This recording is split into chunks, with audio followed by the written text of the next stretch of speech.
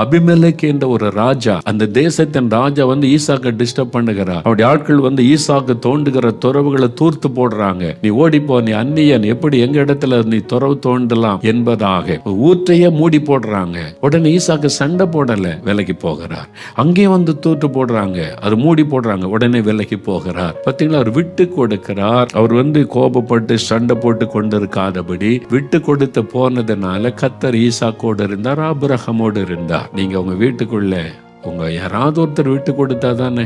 மனைவி ஒரு உச்சத்தில் ஏறி, புருஷன் ஒரு உச்சத்தில் ஏறி நின்று, என் குடும்பம் என்ன, நான் படிக்கலையா, நான் சம்பாதிக்கலையா, நான் மட்டும் என்ன, இப்படி பேசி கொண்டிருந்தா சமாதானம் பாதிக்கப்படும். கணவன் மனைவி 2 பேரும் ஒரே சரீரங்க, நீங்க 2 பேரும் ஒண்ணுன்னு தான் ஆண்டு சொல்றாரு.